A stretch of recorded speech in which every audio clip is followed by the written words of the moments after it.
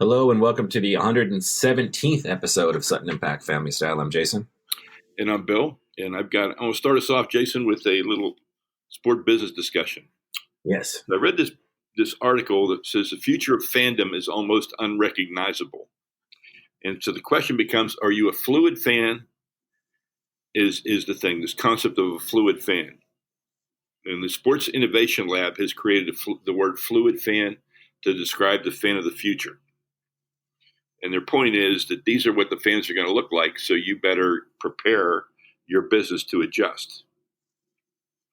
Okay. And the biggest thing is that if you're 12 to 17, you prefer your phones for watching something fun. Only 23% prefer television. And for 18 to 34-year-olds, it's 26% phone and 43% TV. So, I'm having a hard time getting my arms around it because I think it's too hard to watch sports on my phone. Yeah, I love the fact that the phone is there. If I'm somewhere else and I want to watch part of this, a game, then I can. Yeah. But I don't have to watch a highlight. Yeah. I feel like the preference would always be the TV. No, it's saying that this is it. And the other thing is that the 12 to 17s, they're about the players, not about the teams. Yes. And that's not going to change because we've created too many reasons why it's about the players. Fantasy, when gaming comes along, that's gambling comes along, that's going to be even more. But the accentuation and then the highlights, you see players on highlights and you're interested in that player and you want to see that player. And, outside of Dirk Nowitzki, who do you see in the league right now that you think will be with that team forever? Their own team. All the speculation. I know we'll talk about this in a little bit, but they were debating this morning on ESPN whether or not Kawhi had already made up his mind. Right. And Kawhi's technically already on his second team and didn't want to be away from his first team. I know people throw out Giannis as a guy, the Antetokounmpo, as someone you could see staying his whole career in Milwaukee, but you never know.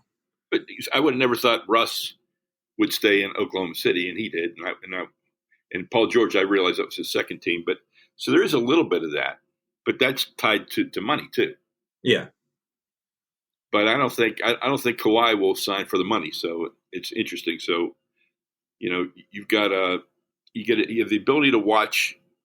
This author Ruggiero, who played on the women's hockey team, points out that attention span is a big consideration when viewers have the ability to watch anything at any time.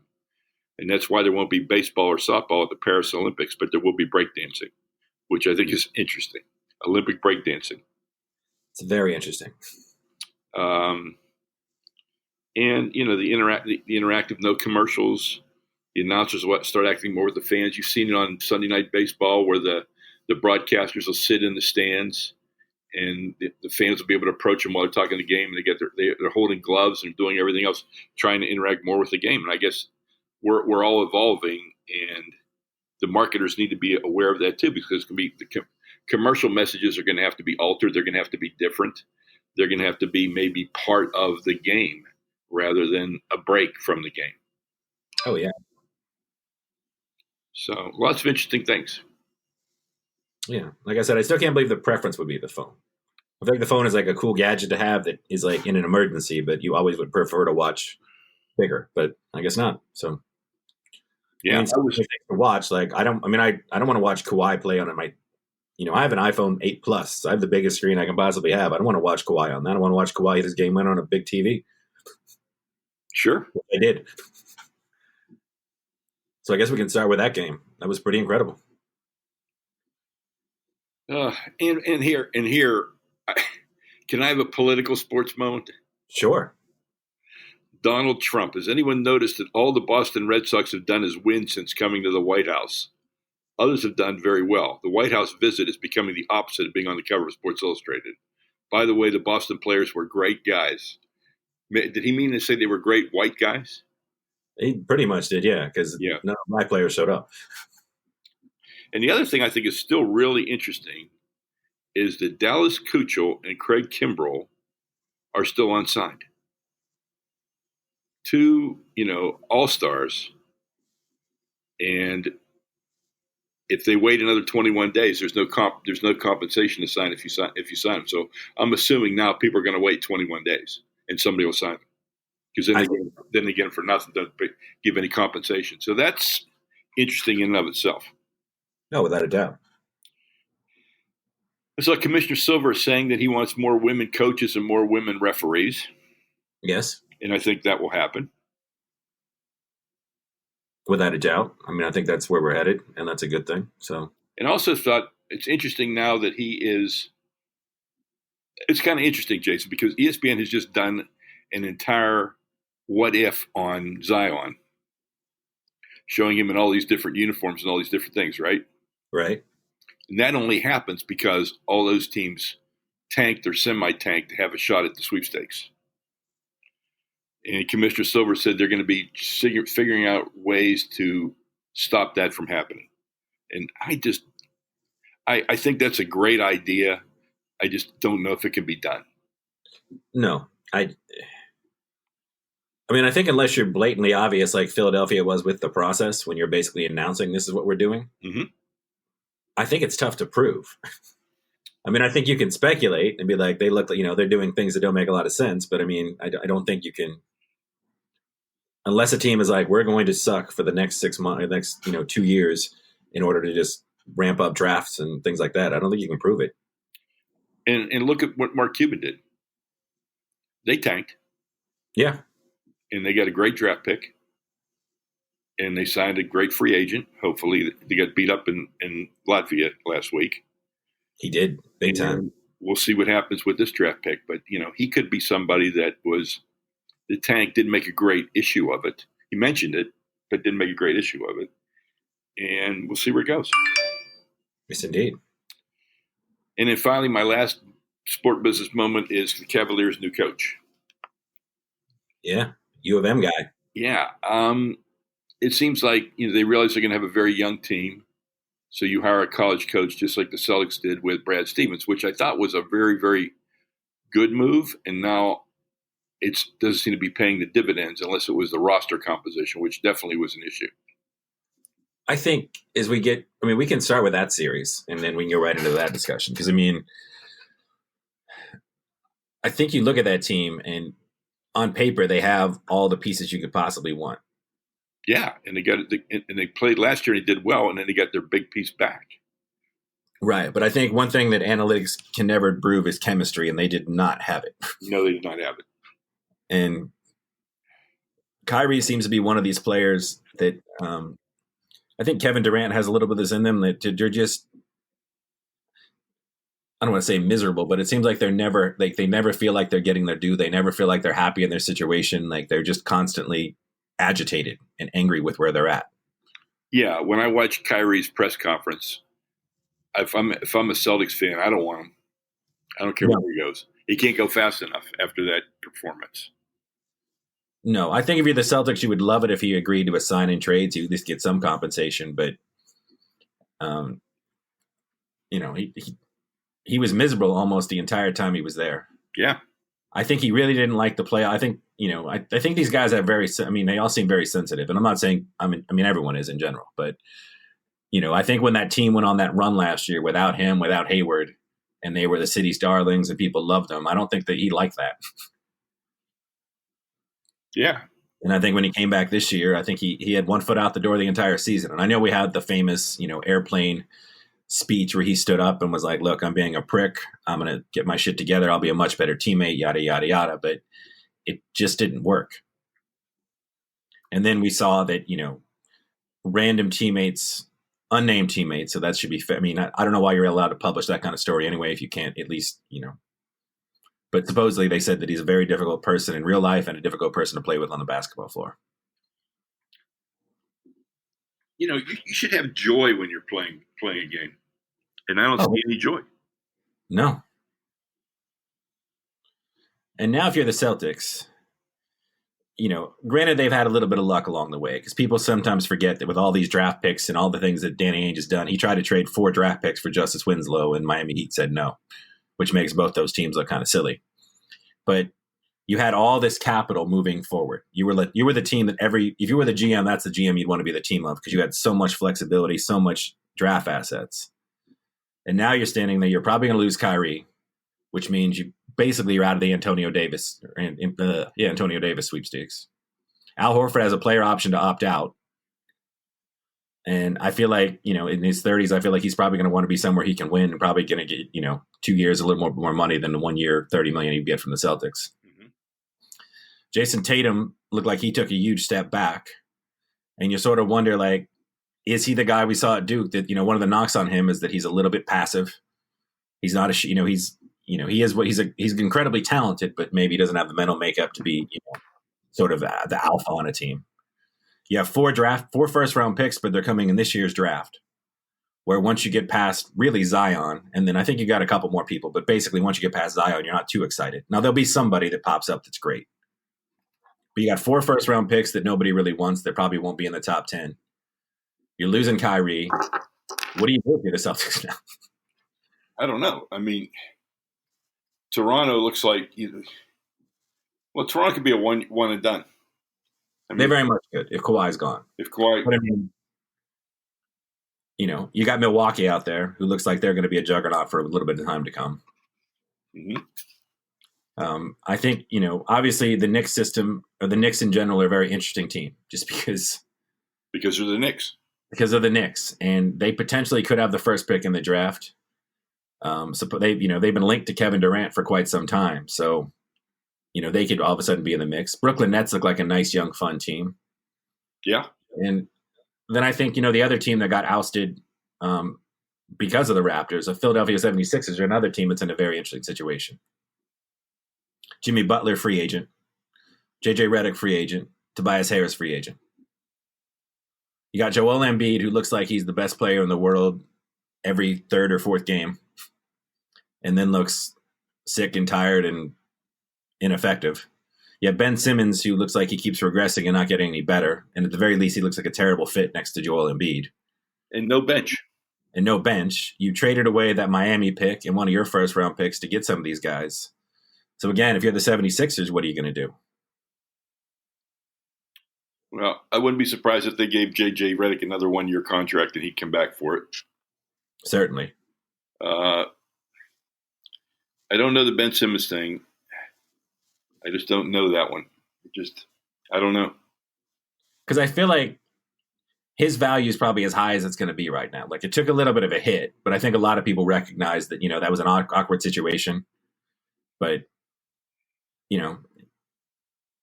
for a guy to be his third year in the league and still won't even shoot from the outside, it's not a good sign. No. But I guess we should talk about the teams that won. Well, actually, we have to talk about my favorite team to lose, the Rockets. Yes.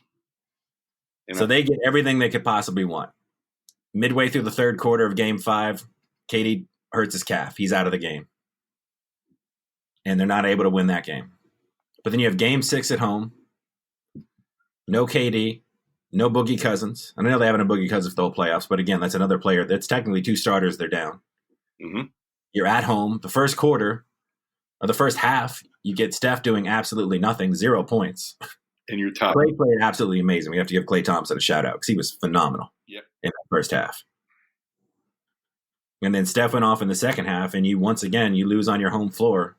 And I know people keep pointing out Harden had 35 points, but in the end of the Game 5 and the end of the Game 6, I didn't know he was on the floor. Well, what's interesting to me?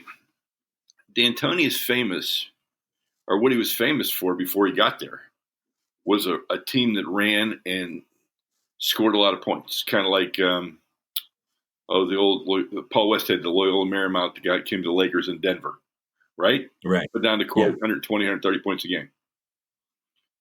You can't run his offense with James Harden. No. And James Harden, it's just like, instead of it being back a big center backing somebody down, it's a point forward backing somebody down 30 feet away from the hoop, and four people watching.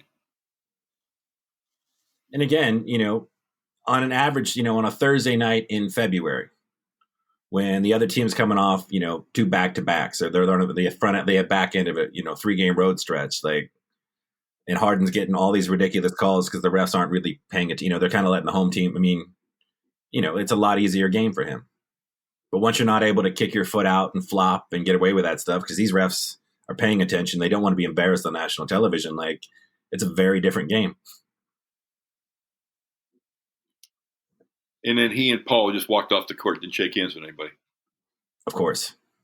Which I think is really a coward way to go. It is. You lose, you man up. And I think you can start counting James Harden in the regular season guy at this point, because he's had enough of postseason where he just either chokes or, again, if you're this prolific scorer, people are saying you're one of the greatest scorers of all time, you had no mark on the fourth quarter of 2 games you could have won. And you just seem to kind of like shrink, which, and again, they're in an interesting situation. Like, I know the West is going to be changing and everything else, but you're bringing back a 34-year-old Chris Paul, who was healthy for the first time in a while, but he's, a short point guard, is on a short lease. Capella did not look like a great player. And then you're left with Doc Rivers' kid and some other pieces, scrap pieces. I don't really know where you go from there. And they have no first round, no picks or anything else. I'd almost argue that Austin Rivers was one of the best players on the court. He really played well. I have to give him. He really did. He definitely came through. I mean, do you think D'Antoni's job's up for grabs? I don't think that system works. And I know, did you see some of the tweets after some of it was after the Blazers game, actually. But LeBron is like, analytics don't know shit. And obviously Charles Barkley's been on that. And I think the Rockets are one of those teams that just they're so stubborn with Daryl Morey and their analytics that they take it too far. Like, there's obviously a place for it. And clearly we can all do math. 3 is bigger than 2. So it doesn't make any sense to take, an 18-foot jump shot when you could be back a foot and taking a 3. But it doesn't also make any sense to drive to the, instead of, to kick out for 3 as opposed to just put the ball back up when you get a rebound. Or you have an open lane and you try to draw the defender to you so you can kick it out for 3. Or if you're a great pull-up shooter, shoot a pull-up like, CJ did, McCollum, and to win the game. It just seems like they've taken the math to the extreme where they don't play all phases of the basketball game. Yes. Well, I gotta say, I gotta give the Warriors a lot of credit for that game. Oh yeah.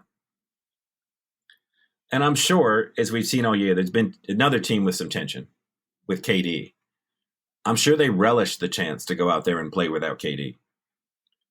To remind people that they were a juggernaut before KD got there. And KD just made them better. I think Steph and Clay and Draymond really liked the chance to show people that, don't forget who we were. You know what? I would not be surprised if KD leaves and the other ones resign.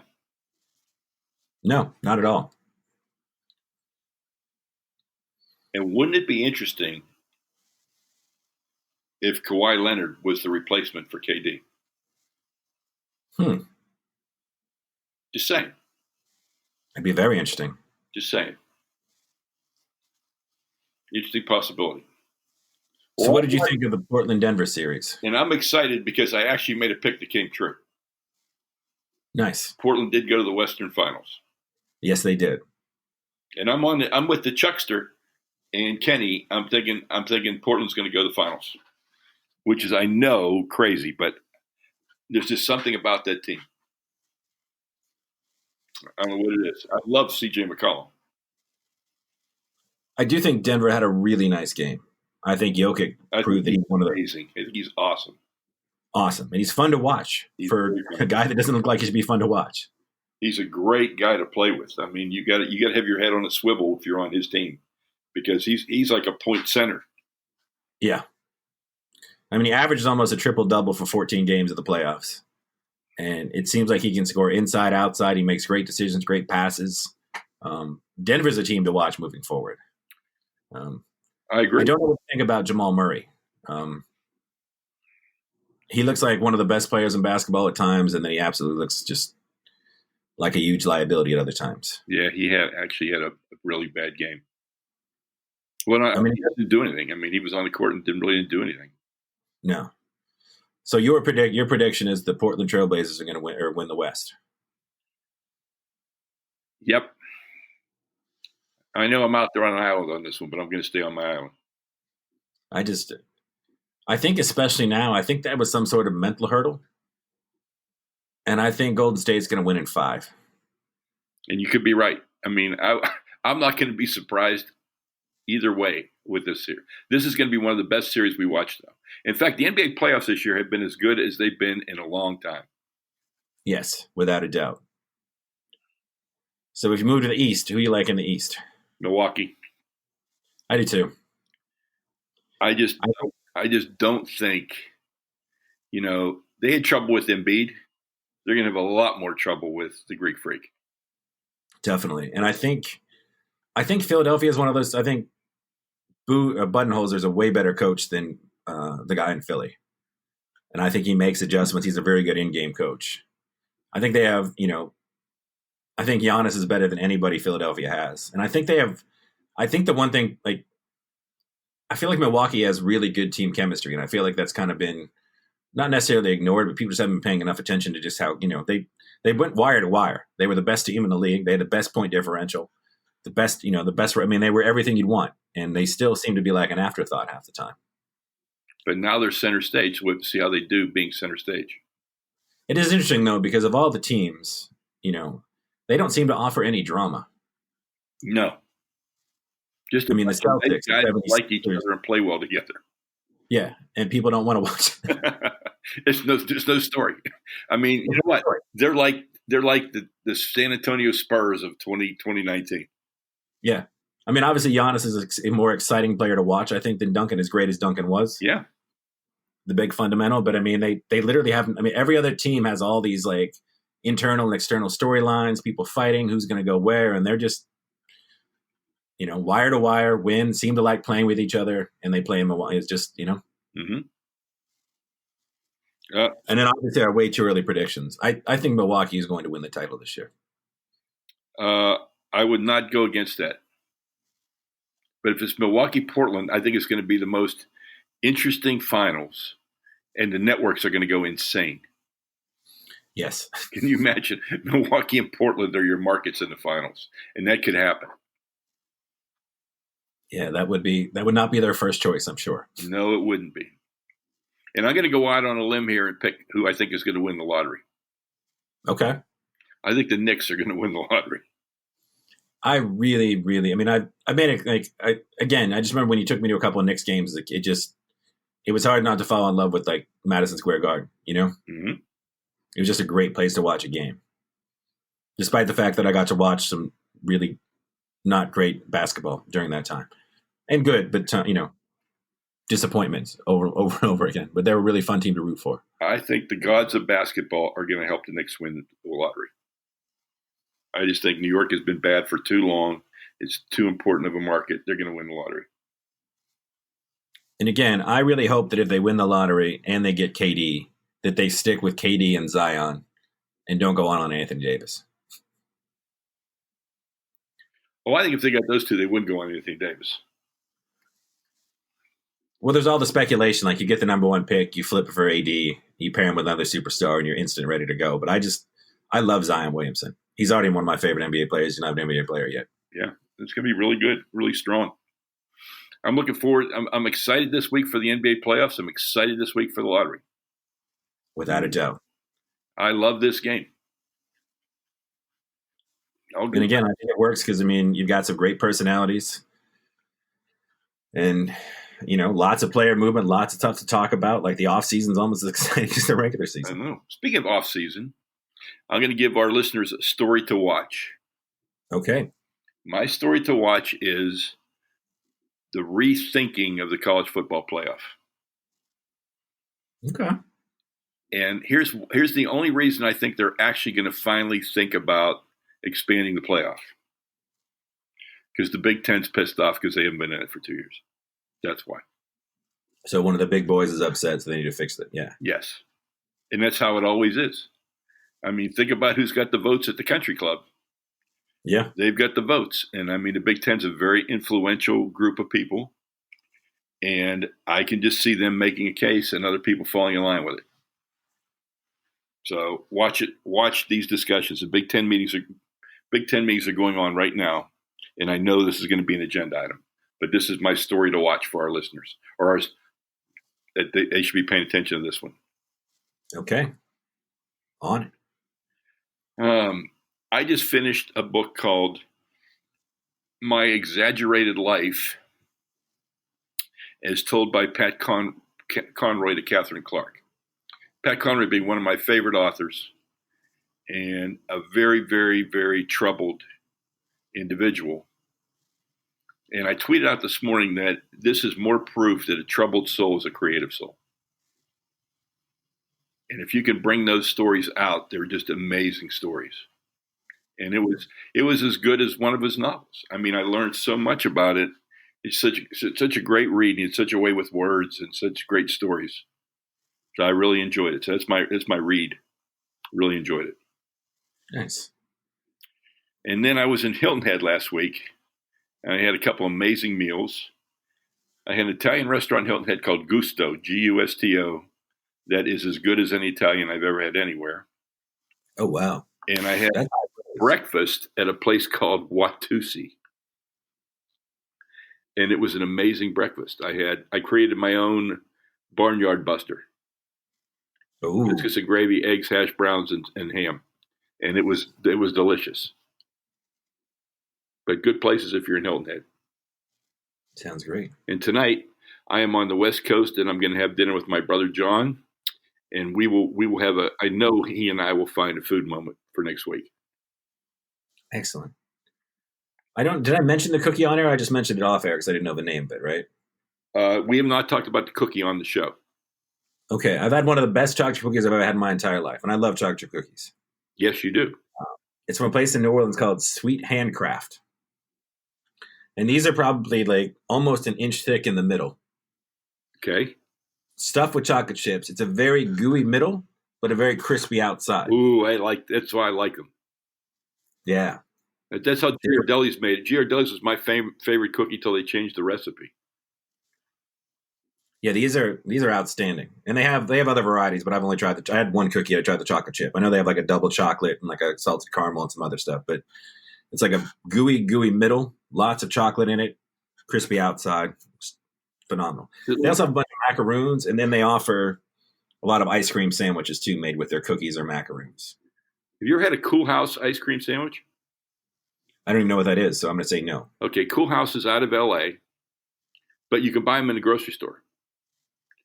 Okay. 2 amazing cookies with great ice cream in between. And Mom and I buy this one called, it's their cookies and cream ice cream sandwich with 2 double chocolate chip cookies on the outside and cookies and cream ice cream in the middle. And it's actually Oreo ice cream. It's actually really good.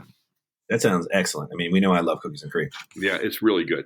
And for some reason, the cookie is not like frozen when you eat it. It's amazing. I don't know how they do it, but it's really good. Excellent. So Sweet Handcraft in New Orleans. And then my entertainment moment is I saw Detective Pikachu.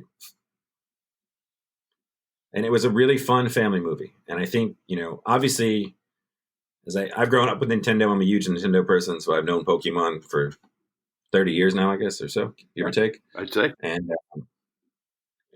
there's a lot to it if you're a Pokemon fan. Like there'll be little things you'll only get if you know but you can still watch it without that. And I think they chose a really interesting way to do it. They made Rhine City a city where in a traditional Pokemon game, you're catching Pokemon and you're making them battle each other. Right. And in Rhine City, in this movie, basically that everyone lives in harmony. So you have a partner if it's a Pikachu as opposed to somebody you catch. Now, outside of Rhine City, people are still doing traditional Pokemon stuff. But Rhine City is supposed to be this utopia. And then other things. But, Ryan Reynolds was really good. It's it's a touching story. And I think it's a nice intro to Pokemon for non-Pokemon fans. And I would say for a video game movie, it was an excellent video game movie. Okay. I mean, the only great video game movie I think so far, and I would say great based on its IMDb and Tomatoes ratings more so than me, I thought it was very good, would be Wreck-It Ralph, which is more of it has video games in it, but it's not really a video based on a video game. So I think that's sort of the weird caveat where it may not count. Okay, my entertainment moment, I want to give a shout out to the Weekend Update crew of Colin Jost and Michael Che, who I think are one of my favorite Weekend Update teams ever. I think they have done a really nice job. I would have to say the same. Like, I think Colin Jost was really shaky at first, Yeah, but in this role, they're amazing. but they have really nice chemistry together. I like their little smarmy, winks and stuff back and forth to each other. Like, I enjoy them. Yeah, I really do. So, yeah. Your mother's back watching the Pirates. So she watched them yesterday when I was gone, and it was 6-2. They were losing when she turned it on, and she watched it through the 10-6 victory. Very nice. And Josh Bell has been crushing the ball.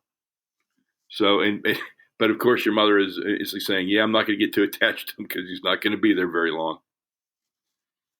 I mean, it's a shame. I mean, Josh Bell and Felipe Vasquez are as good as any two players in baseball, and they're not going to be there. It is a very sad thing. Yeah. And again, that's not necessarily like the NBA where they're going to get bored and want to go to another team. No, it's the Pirates aren't going to pay them, and they're going to trade them in the last year, the second to last year, and get more prospects and start over again, which is very sad. Well, I'm actually out here consulting with the 49ers for a couple of days, and then I head to Phoenix, and I'll be in Phoenix right after the lottery. So it'll be interesting. In fact, it'll be pretty exciting if Phoenix gets the number one pick again, and I'll be there for a couple of days. It'll really see the morale there. It's such a storied franchise, and it's had such tough times the last 10 years. Indeed. We'll have to see. And we assume that no matter who you are, no matter who you have on your team, you're taking Zion, right? There's no other. I don't think there's another pick. No, I think it's just one of those generational picks. I do too. Yeah. That's exactly how I feel. Like when I saw him play in the NCAA tournament in March, I wasn't aware that he had that good of a 3-point shot. No, and he's a good passer. He tries really hard on defense. Like, he's just, Yeah, he kind of reminds me a little bit of a young Charles Barkley with a jump shot. Yeah. Because he's not really all that big. Well, he's thick. But he's like 6'5", right? He's like 6'5", like 260, I think, 270, he's whatever solid. He is. I mean, he'd be a nice tight end for somebody. Yeah. And when you look at him, like, he still looks like he's got a little bit of baby fat on him, and maybe if he gets into an NBA program, gets his diet straight, he could be even better. So we'll see what happens. So I will be watching the lottery tomorrow, and since I'm on the West Coast, I can watch Portland and Golden State at a decent hour. Nice. Very nice. But I have to admit, when I was in Hilton Head, I was very intrigued by both of the Western Series, and I would stay up till 12:30, 1:45, as long as I could go. I never made the whole game, but I was staying up to watch them because that was, for me, those series were must-see TV. I didn't particularly care for the East Series, but I did like the West Series. Yes, without a doubt. All right, we count off 33 minutes. I think it's about time to wrap up. The usual, please rate us on iTunes, and please become a Patreon family member. We can really use some more support. And again, if you can tweet, would be fantastic. More questions. And I might try and have one of the lottery participants on the show next week. Very nice. Oh, actually, really quickly, because I didn't get a chance to talk about it. This will be bonus content if you're still listening. I became very intrigued over the past, I guess technically a couple of years, on the concept of gamesmanship. Because I know, like, when the Patriots run pick plays that are illegal pick plays, or when they, get real handsy with the receivers in the hopes that they don't get called, it's called gamesmanship. Right. And when James Harden flops and Chris Paul flops and they pull on jerseys and they fall on the ground and they flop, people are calling it gamesmanship. And you should do everything you can inside and outside of the rules and hope you get away with it. And so gamesmanship, in your estimation, is the bizarro world equivalent of sportsmanship.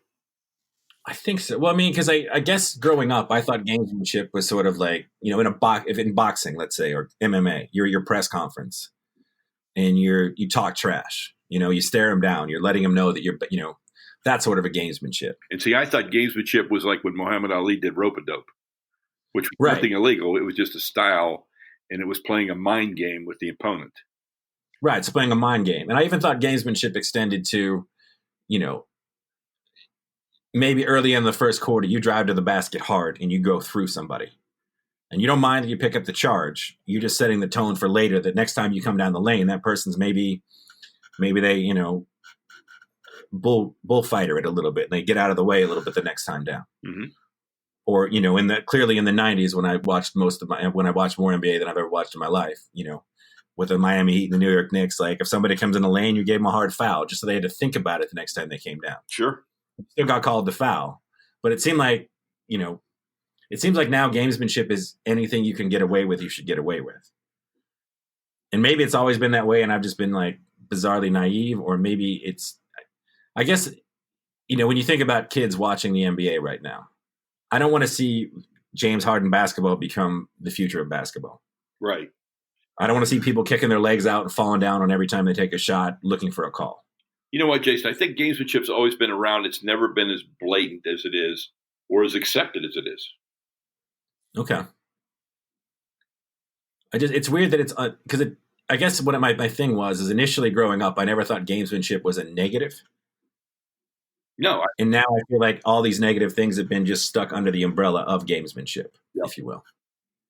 Agree. Things that used to just be considered cheating or poor representation of a sport are now just, no, that's just gamesmanship.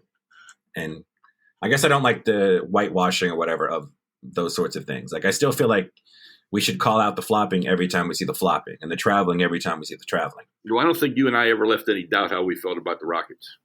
No, I don't think we did. None at all. In fact, I think I had moments where I actually disliked the Rockets more than I disliked the Patriots. It is shocking, right? I know. I just don't like that style of play at all. No. All right, everybody. We'll talk to you next week.